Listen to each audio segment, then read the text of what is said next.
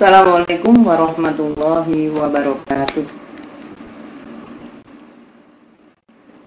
Anak-anak sekalian, kita patut memanjatkan puji dan syukur kehadirat Allah Subhanahu wa Ta'ala, karena pada hari ini kita masih diberikan kesempatan oleh Allah untuk bertemu kembali dalam pembelajaran daring ini. Ini semata-mata tidak lepas karena rahmat dari Allah Subhanahu wa Ta'ala. Bagaimana kabarnya anak sekalian? Baik? Alhamdulillah, kalau baik, begitupun dengan ibu. Kemarin alhamdulillah 9192 sudah mengumpulkan tugas dan hasilnya bagus. Ya, hasilnya memuaskan sekali. Ibu merasa bangga. Kalian bisa mengerjakan soal-soal itu dengan penuh rasa tanggung jawab. Jangan lupa anak-anak sekalian, masih dalam suasana pandemi seperti ini, kita harus menjaga kebersihan, kemudian berdoa, dan jangan sering-sering keluar rumah kalau memang tidak ada keperluan yang penting. Anak-anak sekalian, untuk pertemuan berikut ini, temanya adalah teks cerpen. Ibu yakin untuk teks cerpen ini atau untuk cerpen ini kalian sudah sering membaca, sudah sering menemukan, bahkan senang kalau membaca cerpen ini. Gimana anak-anak sekalian? Senang ya membaca cerpen? Ya, bertemukan di mana? Bisa buku, bisa ditemukan di koran, bisa lewat internet. Sekarang tidak susah untuk mencari itu, mudah didapat. Nah, cerpen ini banyak digemari oleh para remaja karena temanya ringan, bahkan temanya itu sering dikaitkan dengan kehidupan sehari-hari. Remaja barangkali yang sekarang mulai tumbuh dewasa, ada suka dengan kawan. Kalau baca cerpen yang temanya sesuai dengan keadaan diri kita saat itu yang barangkali sedang jatuh cinta, merasa senang tentunya menggebu-gebu untuk baca cerpen sampai habis. Ya, karena untuk membaca cerpen tidak diperlukan waktu yang lama seperti membaca novel. Kalau novel mungkin bisa berhari-hari, tapi kalau cerpen bisa sekali duduk selesai, tidak sampai 1 jam sudah selesai dalam membaca cerpen. Nah, apa manfaatnya kita membaca cerpen itu? Ya, untuk apa kita membaca cerpen? Banyak sekali manfaat yang didapat kalau kita membaca cerpen atau menulis cerpen itu. Yang pertama, manfaatnya tentunya menghilangkan rasa suntuk. Jadi sebagai media hiburan, mungkin capek habis belajar lama, mungkin lagi capek, lagi kepikiran, kita baca cerpen. Jadi cerpen ini digunakan sebagai hiburan. Itu yang pertama. Tentunya hiburan ini tidak bisa lepas dari nilai-nilai pendidikan. Nah, selain sebagai hiburan, membaca cerpen ini bisa menjadi stimulus atau rangsangan kita untuk belajar bahasa. Ya, untuk belajar bahasa. Bisa juga untuk mengembangkan imajinasi kita, untuk mengembangkan moral, dan membantu mengatasi situasi dan perasaan saat itu. Nah, ini manfaatnya. Jadi sebagai sarana rekreasi, ya, rekreasi itu tidak harus keluar membaca cerpen, bisa juga itu. Ya, jadi membaca cerpen itu bisa sebagai sarana untuk rekreasi.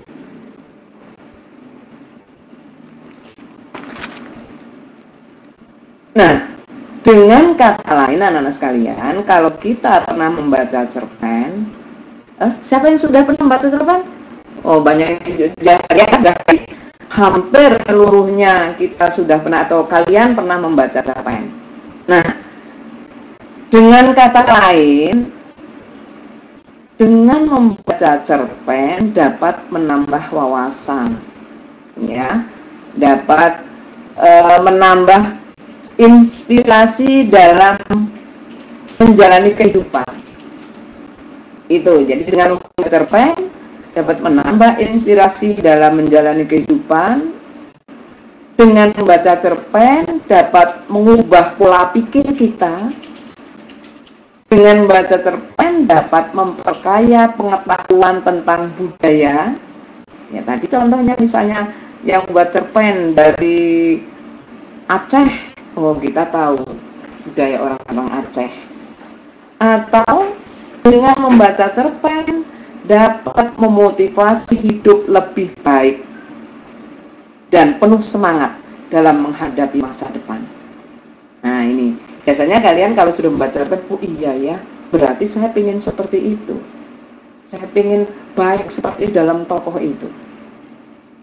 Nah, itu mengenai manfaat membaca cerpen ya anak-anak sekalian ya. Jadi jangan anggap membaca cerpen itu sia-sia. Banyak sekali manfaatnya. Karena tidak sedikit orang yang dapat berubah pola pikirnya. Artinya dari yang tadinya kurang bagus setelah membaca cerpen, dia punya keyakinan bahwa saya harus bisa seperti dalam tokoh itu. Tentunya tokoh yang baik, bukan tokoh yang jahat. Nah, baik anak-anak sekalian, lebih lanjutnya tentang cerpen, mari kita pelajari bersama-sama tentang teks cerpen.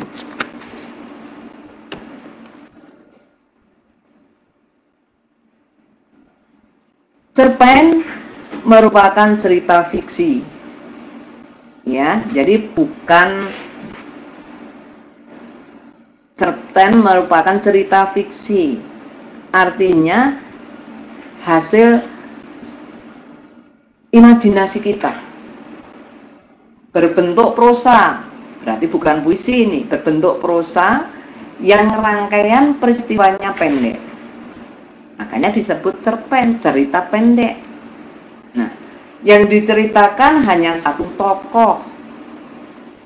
Fokusnya ya ada beberapa tokoh, tokoh ini, tokoh itu ya, tokoh aku, tokoh ayah, tokoh ibu, tapi mana yang difokuskan yang akan diceritakan pada cerpen itu? Berfokus pada satu tokoh dan menghadirkan satu konflik dalam satu persoalan. Ini berbeda dengan novel. Kalau novel, ceritanya tokoh akan mengalami perubahan nasib. Nah ini, jadi dalam cerpen hanya satu tokoh yang diceritakan, kemudian konfliknya juga tidak melebar kemana-mana, satu konflik itu saja yang diceritakan.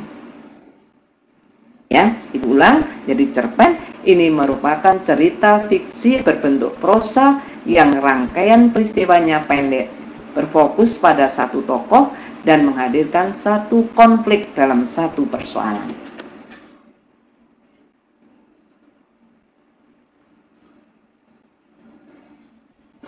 Seperti halnya sebuah kisah, tentunya cerpen mengandung nilai-nilai kehidupan yang dapat diambil sebagai contoh.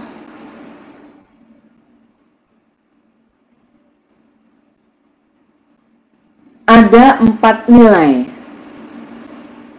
yang ada 4, antara lain ada 4 nilai yang dapat kita ambil contoh. Ada nilai agama pertama, yang kedua nilai sosial, yang ketiga nilai moral, yang B itu adalah nilai budaya. Apa yang disebut dengan nilai agama? Nilai agama ini berkaitan dengan pelajaran agama yang dapat dipetik dalam teks cerpen itu. Barangkali, oh tokoh aku rajin sholat ke masjid. Nah itu sholat pada agama. Rajin sodakoh itu contohnya. B, nilai sosial.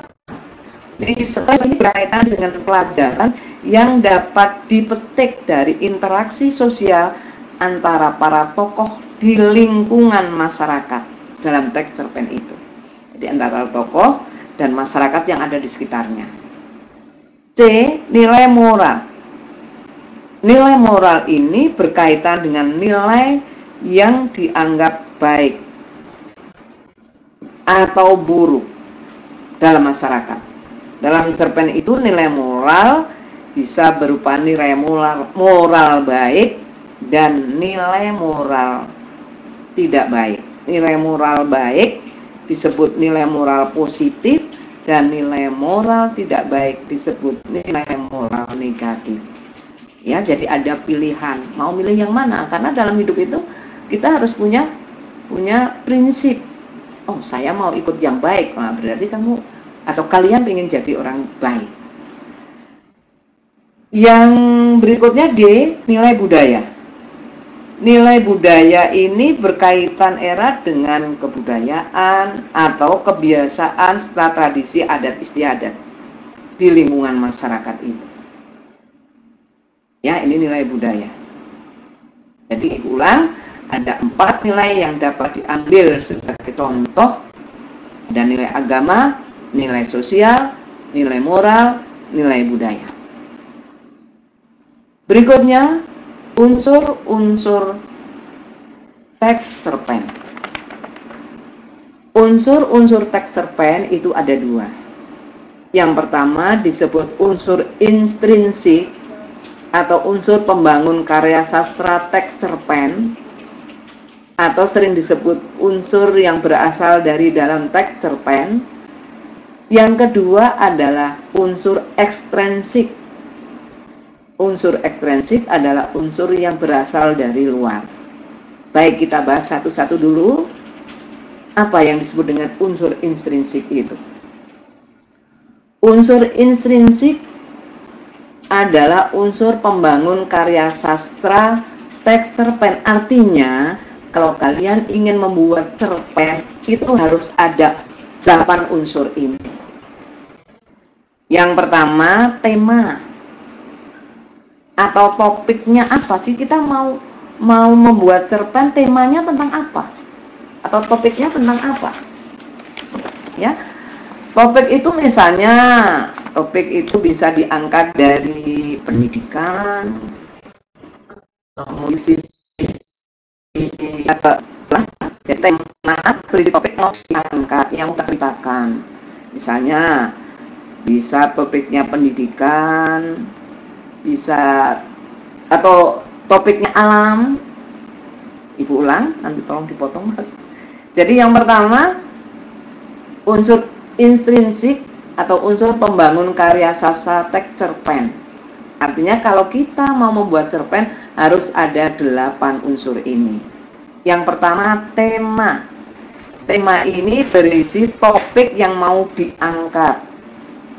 Temanya tentang pendidikan boleh, tentang alam, agama, atau tentang kehidupan remaja. B, unsur yang kedua, unsur intrinsik yang kedua, latar. Latar berisi tempat terjadinya suatu peristiwa, meliputi latar waktu, latar tempat, dan latar suasana. C, tokoh atau disebut juga pelaku. Berisi tokoh siapa saja yang terlibat dalam cerpen itu. Misalnya tokoh ibu, tokoh bapak, tokoh paman, tokoh adik, tokoh Ari, tokoh Adi. Nah, ini misalnya seperti itu. Kemudian yang D, penokohan. Penokohan ini berisi perwatakan para tokoh. Seperti kita di dalam kehidupan ini, ada yang baik, wataknya ada yang baik, ada yang tidak baik. Nah, begitupun dengan cerpen. Jadi, penokohan berisi perwatakan pada tokoh yang terlibat dalam cerpen. Contoh misalnya tadi, tokoh Adi bisa diberi perwatakan jahat atau baik, tergantung cerita yang diangkat seperti apa. Yang berikutnya yang kelima, unsur intrinsik yang kelima adalah alur.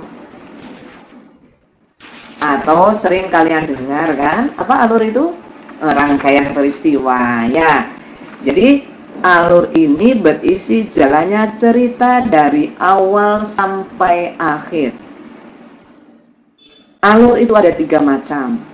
Ada alur maju, alur mundur, dan yang ketiga adalah alur campuran. Yang keenam, unsur intrinsik yang keenam adalah sudut pandang. Sudut pandang berisi posisi pengarang. Sudut pandang berisi posisi pengarang. Artinya dalam karangannya itu pengarang memposisikan diri sebagai apa dalam cerita itu. Apakah dia sebagai apakah dalam sudut pandang itu pengarang menjadi orang pertama. Kalau orang pertama dapat menggunakan kata ganti aku, dapat menggunakan kata ganti saya, dapat menggunakan kata ganti ana misalnya, ya. Jadi saya boleh, aku boleh, tapi tentunya menggunakan kata ganti yang dipahami oleh seluruh masyarakat Indonesia. Karena memang boleh dalam cerpen itu boleh menggunakan kata daerah, tapi kalau hanya dimengerti satu daerah saja, yang orang lain atau yang orang lain misalnya yang menggunakan kata ganti berasal dari Jawa misalnya, tapi yang baca orang Lampung mereka nggak tahu, maka harus menggunakan sudut pandang atau menggunakan kata ganti yang memakai bahasa Indonesia yang baik. Kata ganti aku atau saya, itu kalau sudut pandang pertama. Kemudian ada sudut pandang yang berikutnya adalah sudut pandang orang ketiga. Sudut pandang orang ketiga itu menggunakan kata dia. Dapat juga menggunakan kata atau nama langsung. Itu kalau sudut pandang orang ketiga.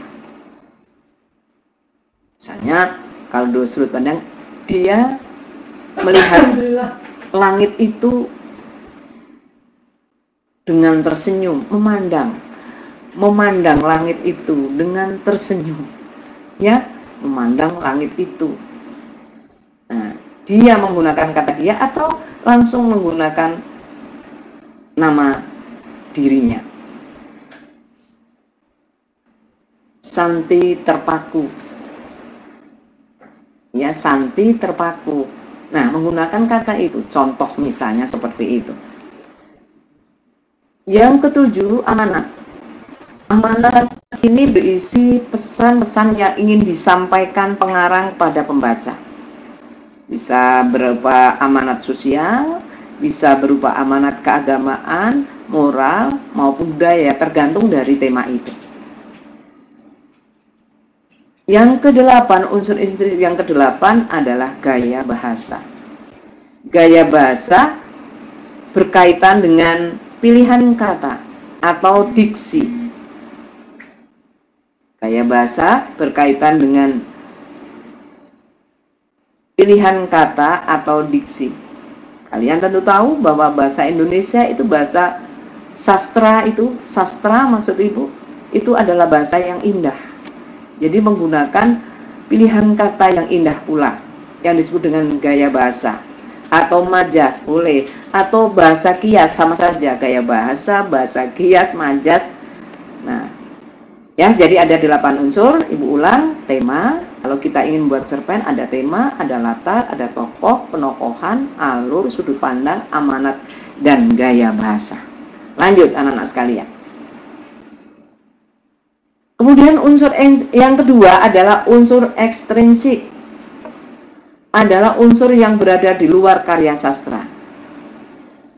Unsur intrinsik itu ada dua, berupa biografi pengarang atau latar belakang penulis. Jadi penulis yang misalnya yang berasal dari Sumatera Barat, tentunya hasilnya, ya, hasil karangannya berlatar belakang asal dari penulis sana. Kemudian yang B, latar belakang masyarakat, itu unsur ekstrinsiknya. Baik, kita lanjut. Sekarang setelah unsur ekstrinsik, kita lanjut dengan unsur kebahasaan teks cerpen. Bagaimana bahasa yang digunakan dalam membuat teks cerpen? Dalam membuat teks cerpen, bahasa yang digunakan boleh menggunakan bahasa sehari-hari atau bahasa tidak resmi. Artinya menggunakan bahasa tidak resmi boleh. Yang kedua, menggunakan majas atau menggunakan gaya bahasa. Ya, menggunakan majas atau menggunakan gaya bahasa. Diulang, yang pertama, unsur teks kebahasaan teks cerpen adalah, pertama adalah menggunakan ragam bahasa sehari-hari atau bahasa tidak resmi, diperbolehkan. Karena cerpen merupakan cerita fiksi, bukan cerita atau bukan karangan ilmiah, ya. Kalau karangan ilmiah harus menggunakan bahasa baku atau bahasa resmi. Nah, sedangkan cerpen ini kan berupa kisahan, ya, kisahan kehidupan sehari-hari. Nah, kalimat ujaran langsung yang digunakan sehari-hari membuat cerpen itu terasa lebih nyata. Ini tentunya berbeda dengan karya ilmiah. Kemudian yang kedua, ini menggunakan majas, ya, menggunakan majas atau gaya bahasa. Ini menggunakan majas atau gaya bahasa. Tadi udah bingung, ya. Gaya bahasa, gaya bahasa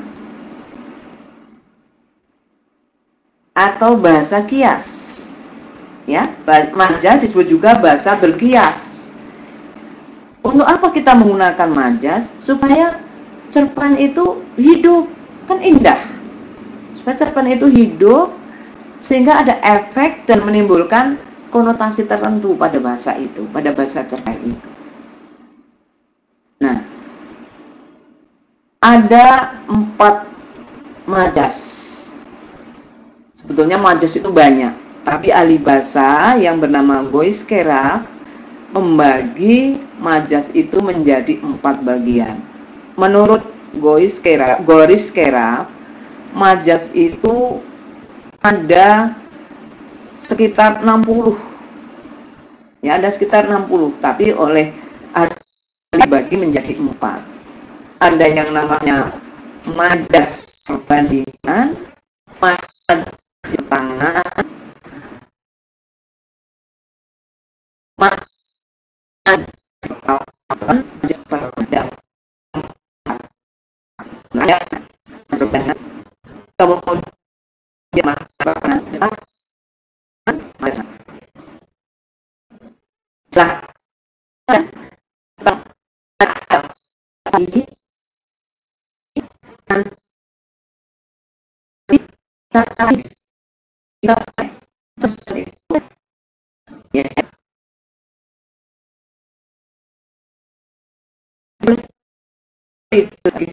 segala bisnis itu aja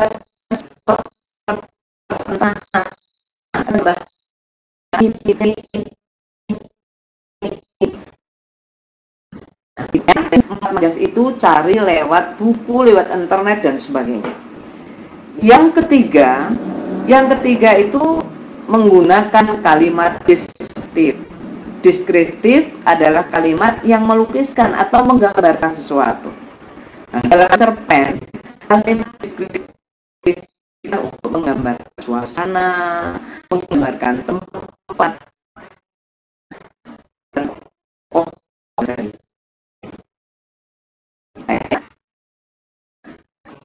Ini struktur cerpen.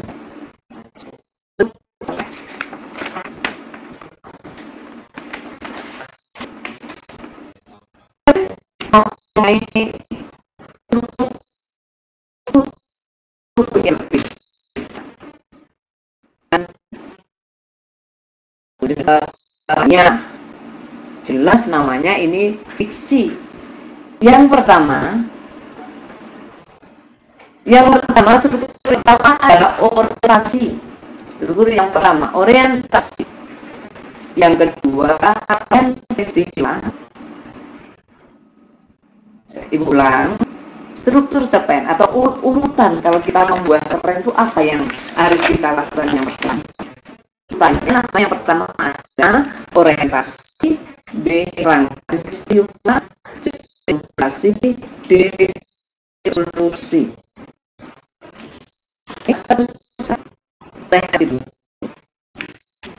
Orientasi sudah dia kenalkan pengenalan orientasi dan ini bertanya pengenalan tempat pengenalan waktu pengenalan alur hingga atasan. Jadi latar ini digunakan pengenalan untuk hidup yang merupakan ekspektasi si drama. Jadi di sini suasananya seperti ini namanya kreasi bagian yang pertama.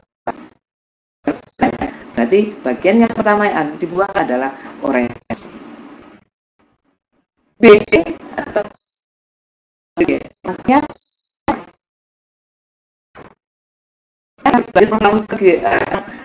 rangkaian peristiwa tak terduga. Jadi saling jalan peristiwa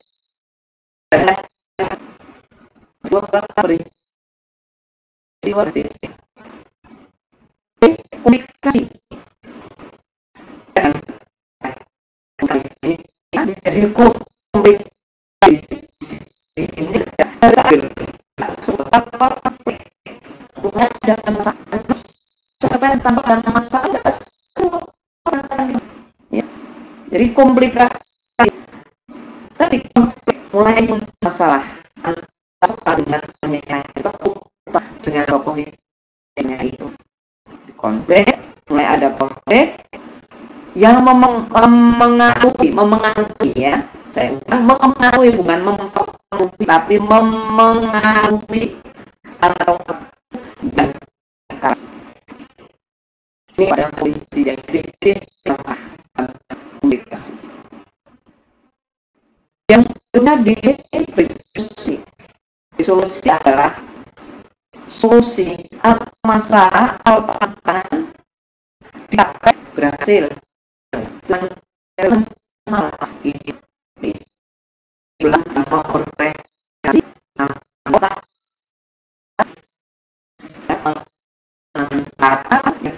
sudah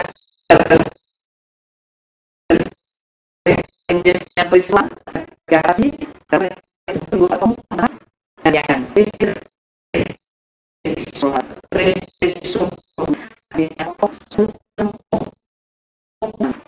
karena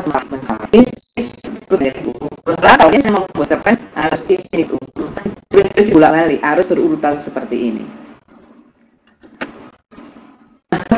Membuat cerpen yang baik. Buat cerpen yang baik. Siapa pasti terpunyai saat ini. Konsentrasi yang pertama yang bagus anda maka lebih bisa siapkan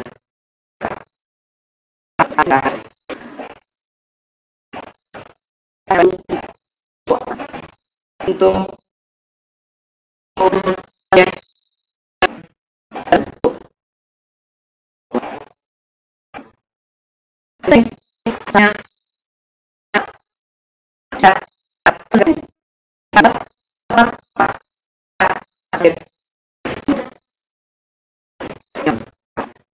karakter tokoh yang tidak biasa, ya, yang tidak biasa. Kalian bisa menampilkan berpakaian berjalan misalnya, tapi karakternya baik, atau sosok-sosok unik lainnya. Sebisa mungkin karakter-karakter dibuat seunik mungkin sehingga tidak mudah tebak. Yang ketiga, buatlah latar yang sedetail mungkin. Latar dan penokohan harus sinkron dengan jalan cerita, harus sesuai sinkron itu, harus sesuai dengan jalan cerita.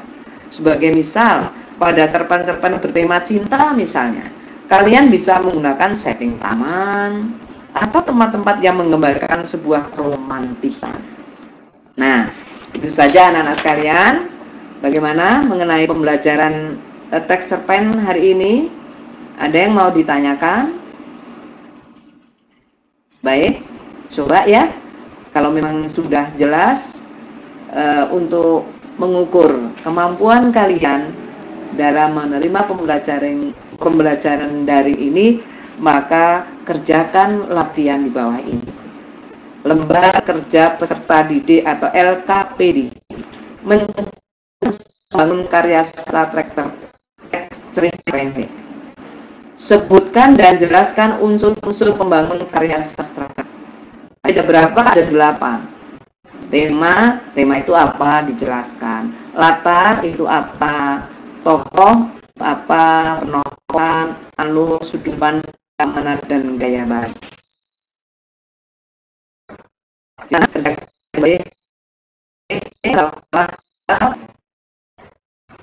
Sampai nanti kawan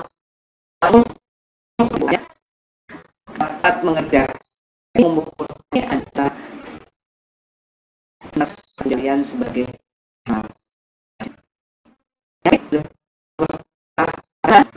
dan Allah mempertemukan kita kembali pada kesempatan yang lainnya atau pada kesempatan lain. Terima kasih. Assalamualaikum warahmatullahi wabarakatuh.